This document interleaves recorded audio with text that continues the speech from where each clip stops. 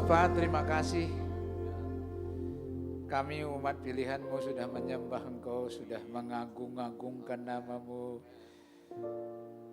Kami sudah angkat hati kami untuk bersorak-sorai, menyukakan hati Bapa di sorga. Umat pilihan-Mu sudah mengangkat pujian dari hati mereka paling dalam kepada Bapa di sorga. Dan kami menikmati hadirat-Mu hadir di tengah-tengah kami. Bapa, sekarang berfirmanlah kepada umat yang Kau paling kasihi, yang Kau sudah pilih dan yang Kau sudah panggil. Sampaikan isi hati-Mu kepada mereka. Berfirmanlah. Sepanjang firman Tuhan disampaikan, hadirat Tuhan hadir di tempat ini. Urapi kami semua, urapi hamba-Mu yang menyampaikan firman-Mu, dan urapi kami semua umat pilihan-Mu, biar kami bisa menangkap pesan-pesan-Mu hari ini. Dalam nama Yesus, kita yang sudah diberkati dan yang akan diberkati oleh firman Tuhan, sama-sama katakan amin. Tepuk tangan buat Yesus, haleluya. Silakan duduk. Tadi Frankie bilang ngajak teman-teman yang tidak terlalu sibuk hari Kamis, setiap hari Kamis jam 10 di sini berdoa dan berpuasa. Mulai jam 10 malam hari Rabu tidak makan sampai kita berdoa sama-sama hari Kamis jam 10 sampai jam 12 menyembah Tuhan. Itu yang pertama. Yang kedua, jangan lupa, daripada saya nanti lupa, besok hari Jumat ada apa? Ada apa? Jumat Agung, jangan lupa. Ada ibadah jam 8 pagi dan jam 10. Ya, sama-sama harus kangen, rindu, berkobar-kobar, haus akan Tuhan, biar kita menikmati hadirat Tuhan yang lebih dahsyat lagi. Nah, hari ini gini. Papa saya dulu pendiri Kampung Samura, Pak Stephen sudah pernah ke sana. Kampung satu desa. Jadi tanah satu desa itu ratusan hektar itu milik bapak saya. Dan bapak saya itu suka memberi. Memberi kepada siapa saja. Dikasih 1 hektar, dikasih 2 hektar, dikasih 3 hektar. Nah sekarang ini harganya tinggi banget.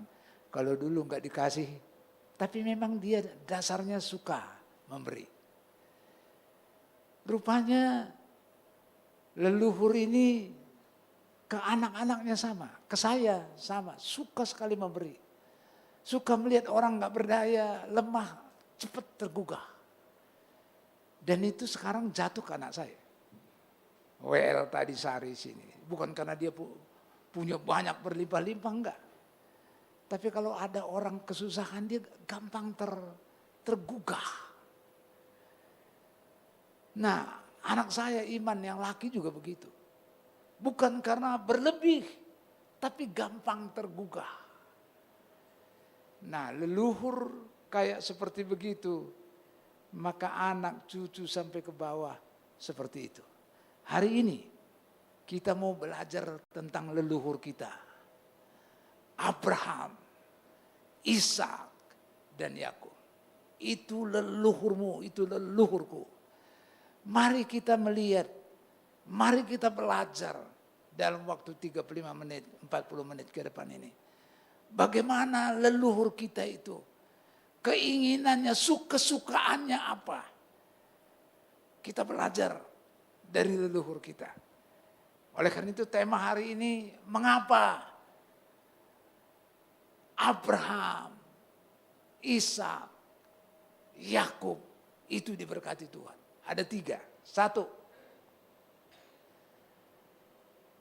Kenapa kok 3 pribadi yang dahsyat ini diberkati begitu luar biasanya? Kenapa ada 3? Hari ini saya sampaikan 3. Pertama, mereka ini ternyata suka mendirikan mezbah.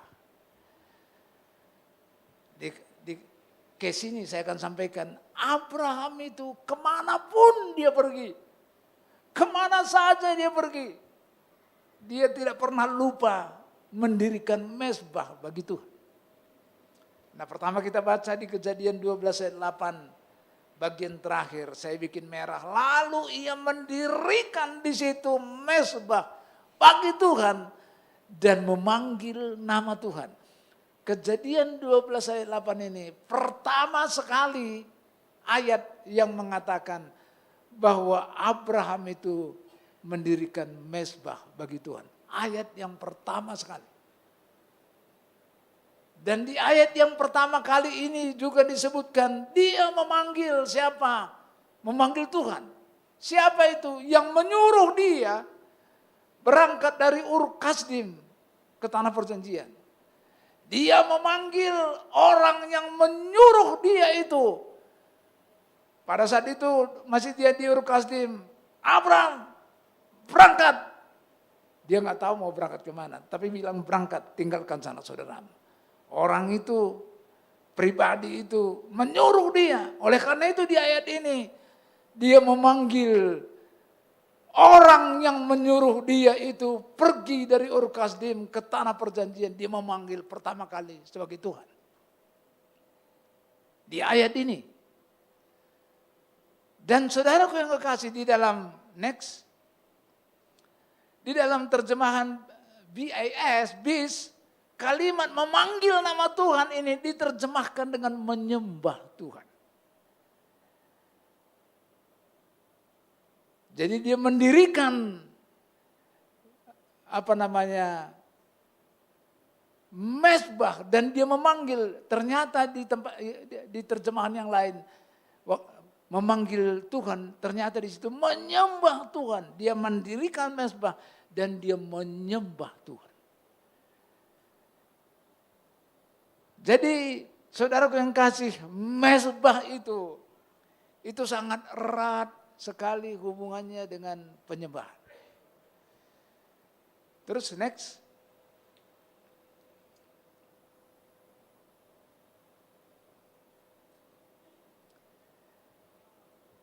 Karena itu di Kejadian 22 ayat 2, Abraham itu pernah diminta oleh Tuhan untuk membangun mezbah. Yang terpenting dalam hidupnya. Kenapa terpenting dalam hidupnya? Yaitu ketika ia diminta untuk mengorbankan Ishak, anaknya yang tunggal. Disuruh Tuhan mendirikan mezbah. Yang dikorbankan siapa? Anaknya yang dia tunggu 25 tahun. Anaknya yang tunggal, anaknya yang dia kasihi. Wah, luar biasa. Tapi Abraham itu dia tahu persis bahwa Ishak itu adalah anak perjanjian. Bukan Ismail anak perjanjian. Tapi Ishak anak perjanjian. Jadi dia percaya sungguh. Kalau Tuhan minta persembahkan, dia yakin sungguh bahwa Ishak itu akan hidup kembali. Oleh karena itu dia persembahkan tanpa ragu, tanpa bimbang. Dia persembahkan di mezbah yang dia sudah buat itu. Wow, luar biasa. Dan saya mau kasih tahu kepada saudara, 2000 tahun setelah itu Allah sendiri ya mempersembahkan anaknya. Siapa anaknya? Yesus. Next, ya 2000 tahun kemudian. Apa yang dilakukan oleh Abraham 2000 tahun yang lalu. Kemudian Allah sendiri mempersembahkan anaknya sendiri. Yaitu Yesus. Wow, benar-benar dia persembahkan anaknya yang tunggal itu.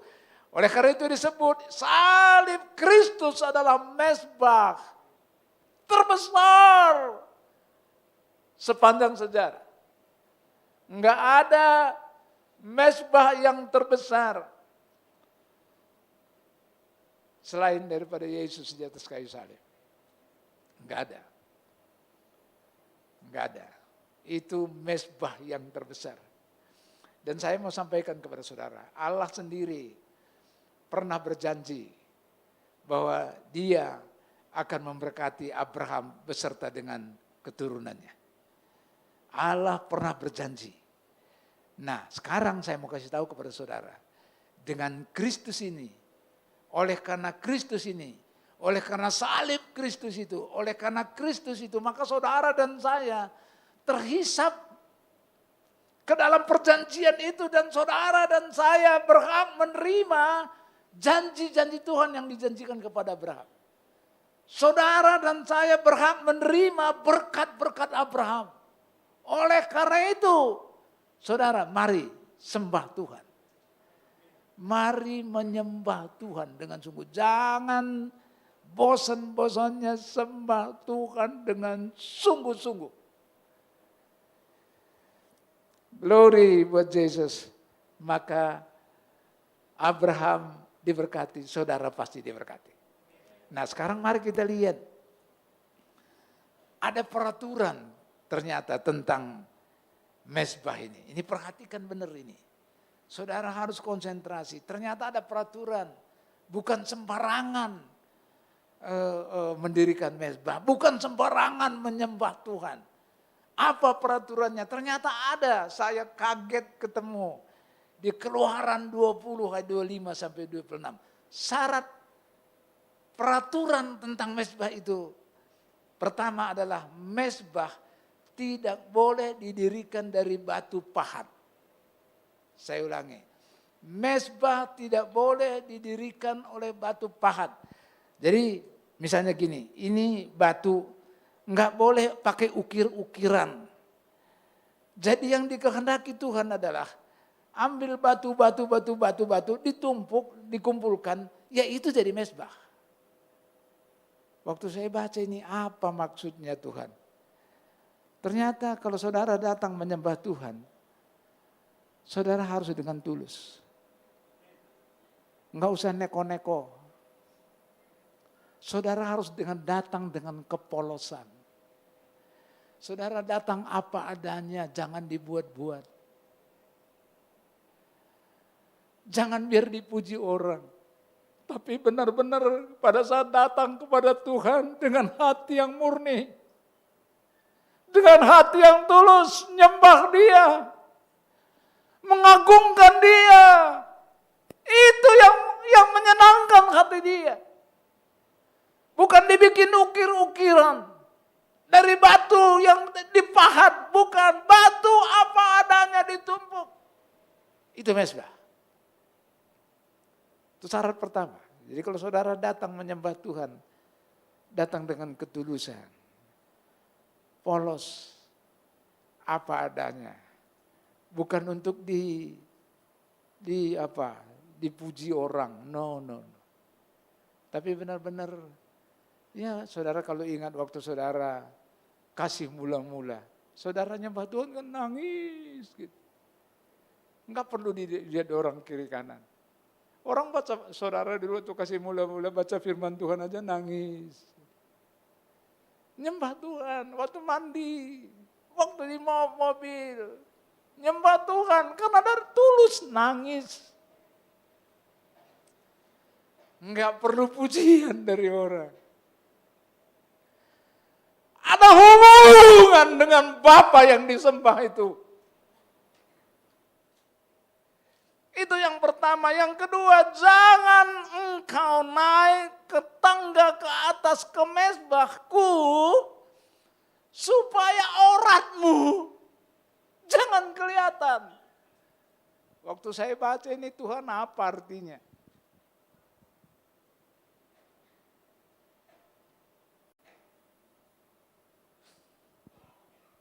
Jangan sampai kelihatan daging. Kalau naik, jangan pakai tangga, biar tidak kelihatan aurat, biar tidak kelihatan daging. Artinya kalau saudara dan saya datang menyembah Tuhan, tidak boleh kelihatan daging ketika kita menyembah Tuhan. Daging tidak boleh muncul dalam bentuk apapun. Tapi benar-benar nyembah Tuhan. Haleluya, haleluya. Di dalam ayat yang lain di kitab Yohanes, Saudara nanti bisa baca Yohanes 4 ayat 23 sampai 24. Menyembah Tuhan itu di dalam roh dan kebenaran. Bahkan disebutkan menyembah Tuhan itu di dalam roh dan ketulusan. Tulus. Menyembah Tuhan itu benar-benar kita mau menyenangkan Dia, bukan menyenangkan banyak orang. Bukan untuk dipuji orang, bukan biar kelihatan wah, enggak. Tapi untuk menyenangkan hati Bapa di sorga. Hati Bapa di sorga disenangkan. Pada saat kita datang ke Dia, opo anane. Enggak pakai ukir-ukiran, asli. Maka kalau orang nyembah Tuhan kadang-kadang bukan karena dibuat-buat, dia tersungkur. Air matanya keluar, ingusnya keluar.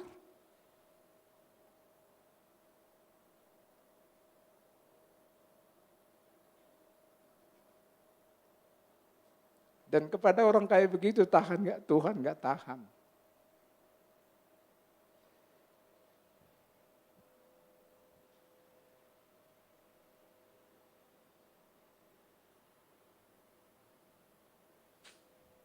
Jadi menyembah Tuhan itu ada dua peraturannya. Pertama tadi harus datang kepada Dia dengan ketulusan. Apa adanya, dengan hati apa adanya. Yang kedua, enggak boleh kelihatan dalam bentuk apa? Daging tidak boleh muncul dalam bentuk apapun. Kedagingan tidak boleh muncul dalam bentuk apapun pada saat saudara menyembah Tuhan. Nah sekarang saya mau sampaikan kepada Tuhan bahwa penyembahan itu identik dengan korban. Tapi saya mau kasih tahu kepada saudara, jangan sampai pikiran saudara korban itu uang lagi uang. Nah sekarang korban yang Tuhan senangi itu apa? Korban yang Tuhan kagumi, yang Tuhan sukai itu apa? Saya mau kasih tahu kepada saudara. Satu, hati yang hancur. Ternyata korban yang Tuhan sukai itu, yang Tuhan bisa senang itu, pada saat saudara menyembah Dia dengan hatimu yang hancur. Ada kalanya orang menyembah Tuhan, enggak berkata-kata, tapi berteriak. Kata-kata gak keluar, tapi terseduh-seduh. Air mata bercucuran, ingus keluar. Tercungkur di kaki Tuhan, hati yang hancur. Kenapa hati yang hancur? Kami kalau mesbah keluarga ini ada Sari di sini. Papa kok gampang benar. Saya ngelihat Abraham itu kayak seperti itu aja. Dia waktu mengorbankan, saya bilang kok Abraham itu kok manut benar sama Tuhan ya. Abraham itu kok dengan Tuhan kok kayak itu aja hati saya hancur. Kita di mesbah keluarga itu, Sari lihat air mata saya nangis, waktu nyembah nangis. Saya bayangkan Abraham itu kok kayak begitu gitu ya. Kok anaknya yang dia nanti-nantikan 25 tahun pun, kalau Tuhan yang suruh dia persembahkan. Saya melihat begitu saja hati saya hancur. Gitu. Saya nangis. Terakhir saudara hancur hatimu kapan di hadapan Tuhan? Siapakah engkau ini? Siapakah kita ini? Kita ini orang berdosa. Tapi engkau diangkat dari lumpur dosa, sekarang menjadi anaknya. Engkau yang mestinya dihukum, sekarang dibebaskan, diselamatkan. Mestinya hati kita hancur, thank you Lord. Terima kasih Tuhan. Aku mestinya dihukum, engkau angkat aku dari lumpur dosa. Sekarang engkau bebaskan aku dari dosa itu, hati hancur. Itu korban yang Bapa sukai. Korban apa lagi yang Tuhan suka? Adalah korban ucapan syukur. Kalau lagi enak gampang ucap syukur. Tapi pada saat saudara lagi gagal, usahamu enggak jalan, anakmu sulit diatur, suami waduh enggak karu-karuan, bisnis enggak jalan, bisakah engkau mengucap syukur kepada Tuhan?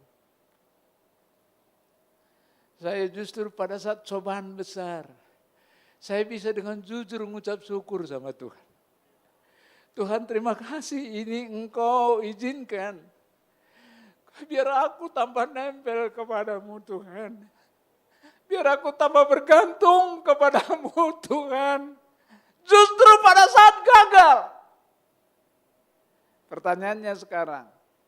Pada saat engkau tidak diberkati, pada saat engkau menerima sakit penyakit, pada saat tekanan begitu berat, adakah kata-kata terima kasih Tuhan? Matur nuwun Gusti. Itu harus keluar dari mulut bibirmu. Dan itu Tuhan suka. Korban yang begitu Tuhan suka. Di saat kita terpuruk, di saat kita waduh habis-habisan. Tapi pada saat begitu bisa engkau mengatakan terima kasih Tuhan. Terima kasih engkau baik. Engkau sangat baik. Nah kalau itu engkau lakukan, itu korban yang Tuhan suka dari saudara dan saya. Yang ketiga,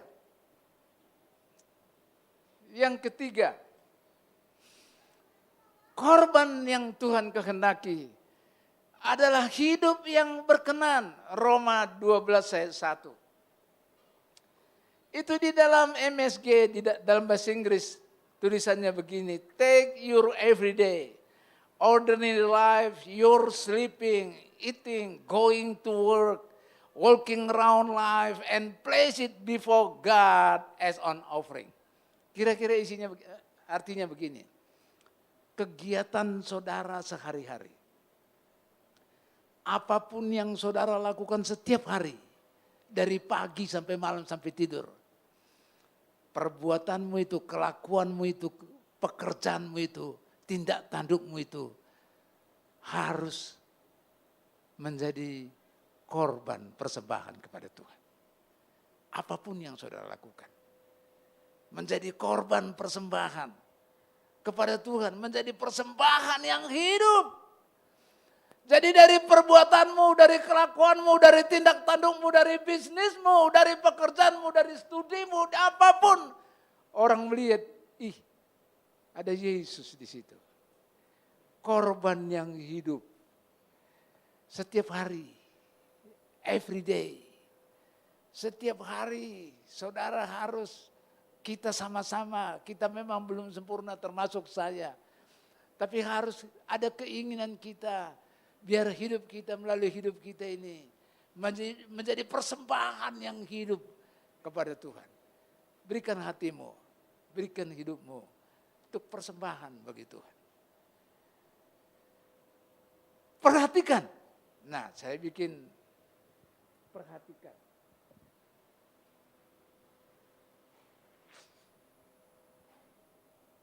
Iya. Penyembahan pasti mendatangkan berkat. Saya kasih tahu kepada saudara. Penyembahan yang seperti tadi, yang dua syarat tadi itu, pasti mendatangkan berkat. Pasti. Nah kemudian saat ini, apakah saudara lagi nggak enak, kondisi lagi nggak enak, hidup lagi nggak enak, bisnis lagi nggak enak, studi lagi nggak enak, rumah kesehatan lagi nggak enak. Kalau ada seperti begitu, mari sembah Tuhan. Sembah Tuhan dengan dua syarat tadi, maka engkau pasti diberkati. Saya mungkin kasih ilustrasi saudara biar nangkap begini. Kan ini yang kedua bisa lewat dikit. Kayak Nuh mendirikan mezbah. Nuh itu kan hujan karena Tuhan mangkel sama dunia ini, sama manusia. Dia mau, yang dia ciptakan itu dia mau bumi hanguskan, semuanya mau dilenyapkan. Akhirnya didatangkan hujan 40 hari. 40 malam. Maka air bah itu 150 hari. Bayangin semua sudah lewat kecuali orang yang tinggal di dalam bahtera Nuh. Nuh sama istrinya, 3 anaknya sama binatang-binatang. Begitu hari ke-150, maka keluarlah Nuh sama istrinya, 3 anaknya sama istrinya, sama binatang-binatang yang ada di dalam bahtera itu. Begitu Nuh keluar, yang dia kerjakan apa? Dia mendirikan mezbah.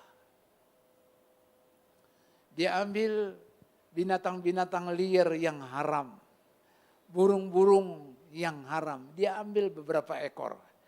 Kemudian dia persembahkan di mezbahnya itu, yang dia bangun itu. Pada saat ketika Tuhan mencium bau daripada korban itu, Tuhan berfirman dalam hatinya. Dengarkan ini. Ketika Tuhan mencium bau korban itu, maka Tuhan berfirman dalam hatinya, aku takkan mengutuk bumi ini lagi. Coba. Begitu ketika dia mencium bau korban, maka Allah berfirman dalam hatinya, aku tidak akan mengutuk bumi ini lagi. Sekalipun dari hati manusia itu nanti masih tetap ada jahat. Bayangin, itu hasil daripada mezbah. Korban di mezbah itu. Sama dengan kalau saudara menyembah Tuhan dengan 2 cara tadi. Engkau pasti diberkati. Sekarang yang kedua. Ternyata keluarga ini, dalam kasus ini saya tampilkan Kejadian 26. Ternyata keluarga ini, Ishak itu suka menabur. Di dalam kelaparan, di dalam kesulitan sekalipun, ini orang tetap menabur. Coba, kemarin kan 3 tahun ada kesulitan di dunia, di Indonesia, bahkan di kita-kita. Nah, ini leluhur kita ini, dia suka nabur. Tapi nabur bukan untuk diberkati. Jangan saudara bikin jadi pancing itu, nabur. Ini saya cerita sama teman nih. Kita ke Yerusalem dulu, kita ke multiple church. Ada teman saya, karena katanya ada tempat ngasihkan uang di situ, katanya kalau berapa kita kasihkan bisa diberkati 30 kali lipat, 60 lipat, 100 kali lipat. Teman saya ini, Pak Purba pinjam uang. Saya bilang untuk apa? Aku hanya dapat ada uang saya 200 nih, kalau ada 300. Saya bilang untuk apa itu? Biar dia mau masukkan $500. Dia kepingin kalau $500 masukkan kali 100. Coba. Ini pengerja loh.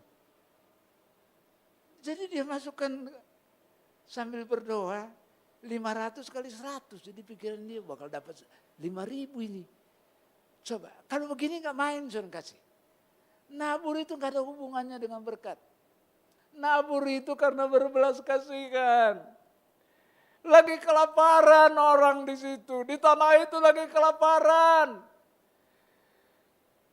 Ishak tergugah hatinya, berbelas kasihan. Kita gereja kita mempersiapkan jemaat yang kudus, penuh belas kasihan. Saudara semua harus penuh belas kasihan. Melihat orang yang tidak berdaya, melihat orang yang lemah, nabur di situ. Bukan untuk orang, bukan biar diberkati, bukan. Tapi eksesnya diberkati, monggo. Tapi bukan itu. Ini leluhur kita itu suka menabur. Di saat kering sekalipun. Dan kalau leluhur begitu, ya kita juga keturunannya harus begitu. Kenapa saya tadi dahului papa saya mendirikan kampung namanya Samura. Saudara kalau ke sana, itu yang mendirikannya bapak saya. Jadi tanah di sekitar itu semua punya bapak saya. Tuan tanah. Dia bagi-bagi semua. Dan itu merembet ke anak-anak sampai ke cucunya. Ini Sari nih. Apa dia punya banyak duit? Enggak. Tapi begitu orang kesusahan dia enggak tahu. Pernah kami cari-cari orang yang mau katarak, pernah saya cerita di sini, di Bintaro, nyari orang jualan yang buta. Saya bilang, Pak Sari, aku nggak bisa pulang gereja kayak gini. Oh, kalau Papa nggak mau, aku naik angkot, naik Grab aja. Saya bilang enggak, saya antar 2 jam kami nggak ketemu. Akhirnya ketemu. Coba. Belas kasihan. Ada orang mau operasi katarak 15 juta nggak bisa karena nggak ada uang. Kami cari, lihat ke sini nggak ketemu, lihat ke sana nggak ketemu, lihat ke sana nggak ketemu, lihat ke sana nggak ketemu. Like nenek, like bapak, begitu anak. Like father, like son. Bapakmu, bapakku, leluhurmu, leluhurku, Abraham, Ishak dan Yakub. Kalau leluhur kayak begini, maka kita juga harus kayak begitu. Itu yang kedua. Yang ketiga, yang terakhir. Ini perjamuan kudus hari ini. Mereka ini suka mengalah. Ini suka mengalah. Bapaknya Abraham mengalah, anaknya juga suka mengalah.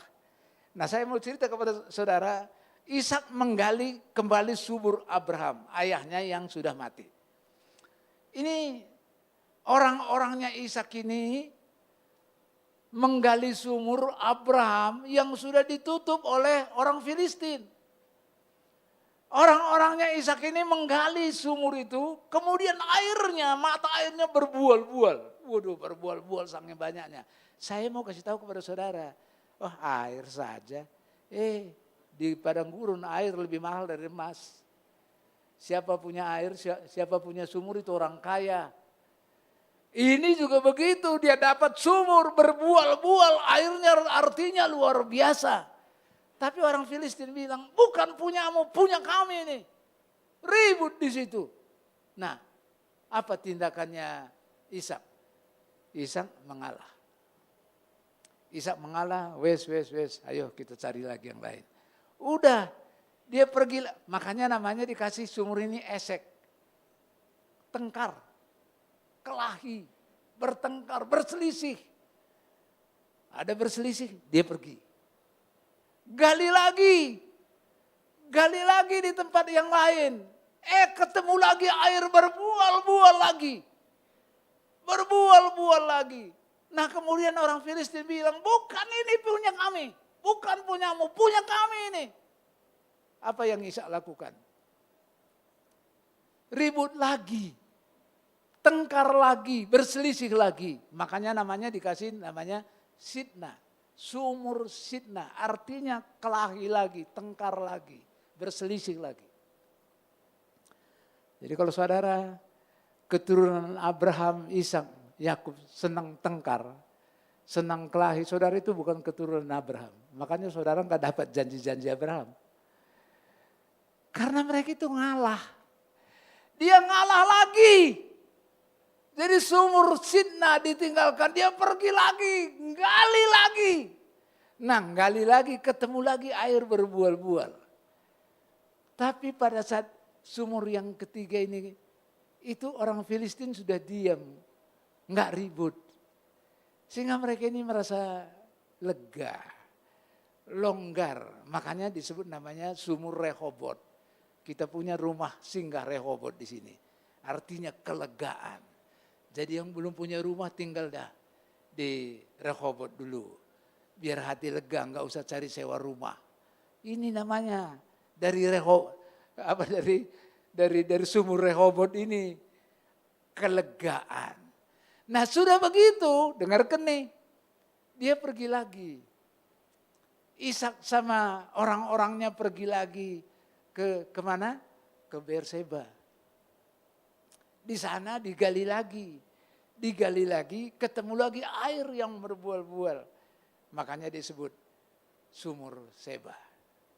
Sumur perjanjian. Kenapa sumur perjanjian?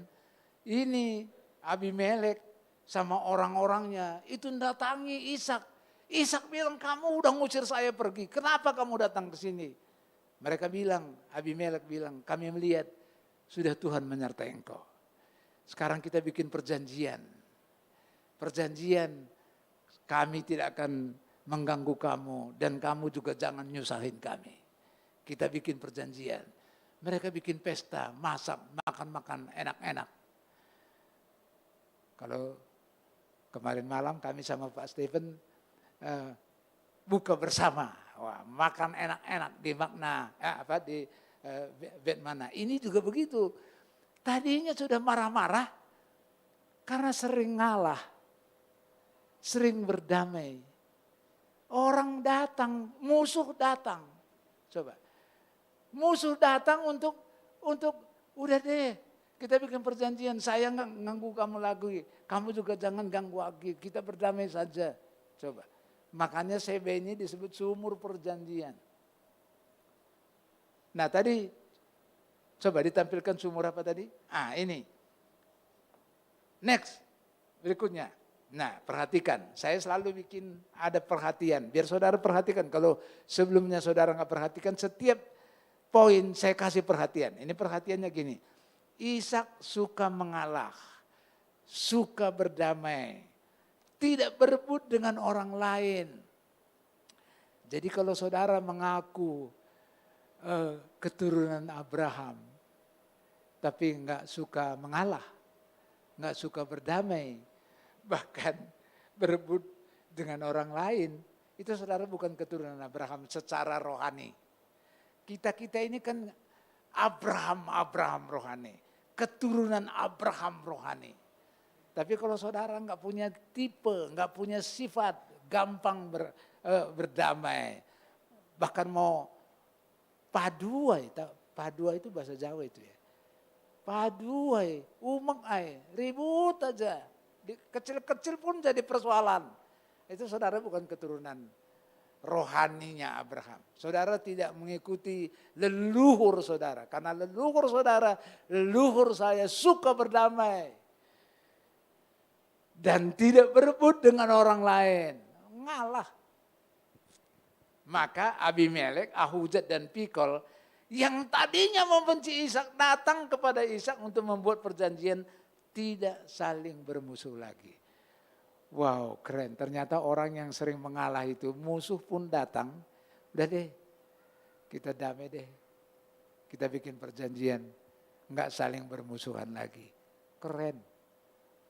Ini leluhur saudara dan leluhur saya. Mari kita belajar. Kalau leluhurmu kayak begitu, kita ini pun harus seperti itu. Mari belajar. Yang belum, mari kita belajar. Karena 3 pribadi yang luar biasa ini sangat-sangat diberkati. Makanya nama Allah pun disebut nama Bapa, Allah Abraham, Allah Ishak, Allah Yakub. Coba. Karena karakternya, sifatnya kayak seperti begini. Nah kita ini adalah Abraham, keturunan Abraham secara rohani.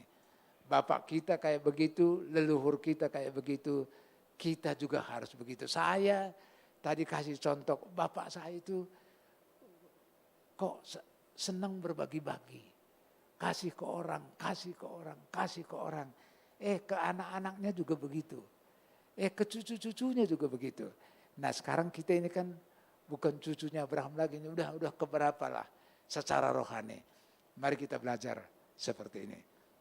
Hari ini saya tidak panjangkan lebarkan khotbah hari ini, kita sudah belajar.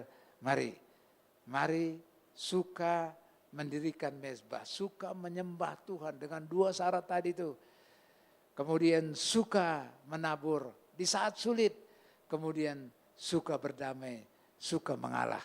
Mari petugas-petugas maju ke depan, hari ini kita sakramen perjamuan kudus.